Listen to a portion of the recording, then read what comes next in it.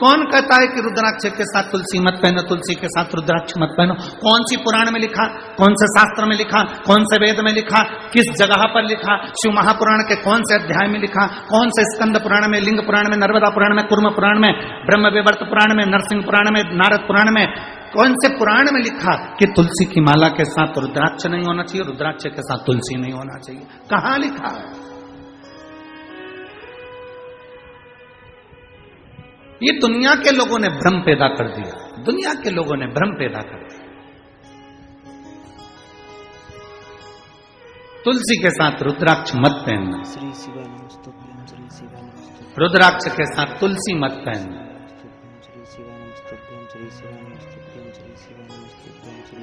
हम तो अंदर से लेकर बाहर तक रुद्राक्ष और तुलसी धारण करते हैं, चाहे जो उस रुद्राक्ष और तुलसी एक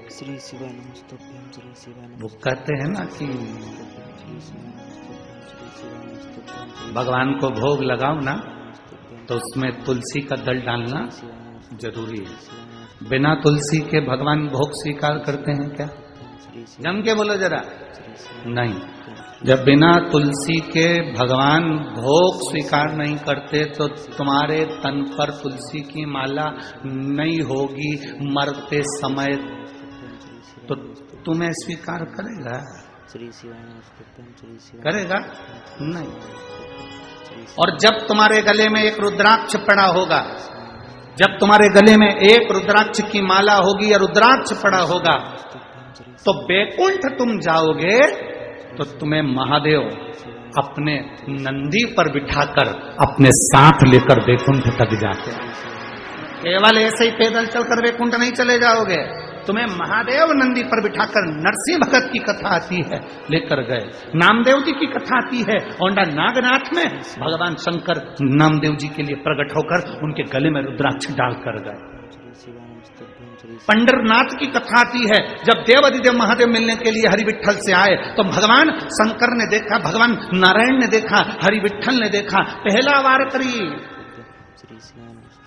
पहला जिसने वारी करी वो पहला वार करी थे भगवान शंकर। जब दरवाजे पर आए तो शिव जी प्रसन्न, भगवान नारायण प्रसन्न थे, उन्होंने अपने गले की तुलसी की माला निकालकर स्वयं शंकर भगवान के गले में डाल दी।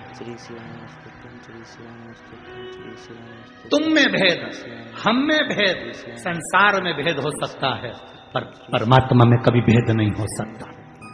ये तो दुनिया के लोगों ने अपने अपने एक स्त्रोत बना रखे हैं। राम जी, शंकर जी के मंदिर मत जाना, शंकर जी का प्रसाद मत खाना, शंकर जी के मंदिर में जल मत चढ़ाना, शंकर जी को स्त्री स्पर्श नहीं करे। अगर शंकर जी को स्त्री स्पर्श नहीं करे तो पार्वती क्यों शिव जी की पूजन करे? श्री शिवाय नमस्तुभ्यं, श्री शिवाय नमस्तुभ्यं, श्री शिवाय नमस्तुभ्यं, श्री शिवाय नमस्तुभ्यं, श्री शिवाय नमस्तुभ्यं, श्री शिवाय नमस्तुभ्यं, श्री शिवाय नमस्तुभ्यं, श्री शिवाय नमस्तुभ्यं। अगर स्त्री स्पर्श नहीं करे तो बाबा घृष्णेश्वर की कथा कहती है, 12 ज्योतिर्लिंग में से एक ज्योतिर्लिंग घृष्णेश्वर ज्योतिर्लिंग। सुधर्म नाम के ब्राह्मण की 2 धर्म पत्नियां थी, सुदेहा और घूष्मा। घूष्मा के गर्भ से बच्चा हुआ, उसने सुदेहा को दे दी अपने पति के कहने पर। सुदेहा ने उस बच्चे को बड़ा करा, पाल पोस के बड़ा कर उसकी शादी कर दी, उसकी बहू आ गई। बहू को मालूम पड़ा कि मेरी असली सास तो घूष्मा है। सुदेहा को पूछना बंद कर दिया। सुदेहा को क्रोध आ गया, उसने अपने बेटे के टुकड़े टुकड़े कर दिए, ले जाकर तालाब में पटक दिए। घूष्मा का नियम था, शंकर भगवान के शिवलिंग की पूजन करती थी और पूजन कर कर उसका विसर्जन करती थी।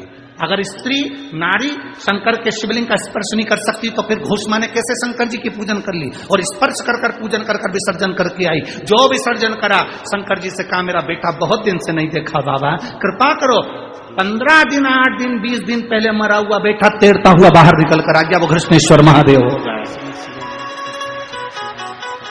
वो घृष्णेश्वर महादेव हो गए। जरा विचार करिए, कौन कहता है कि नारी शिव जी का पूजन नहीं कर सकती? माता सीता ने शंकर भगवान का पूजन करा, माँ कौशल्या कैकेयी सुमित्रा शिव जी का पूजन करती हैं, माता यशोदा शंकर का पूजन करती हैं, यशोदा जी की माँ भगवान कृष्ण की नानी पाटला देवी शंकर जी का पूजन करती हैं।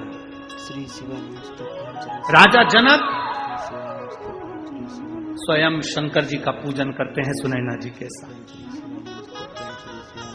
शिव आराधना हमारे जीवन का एक आनंद है।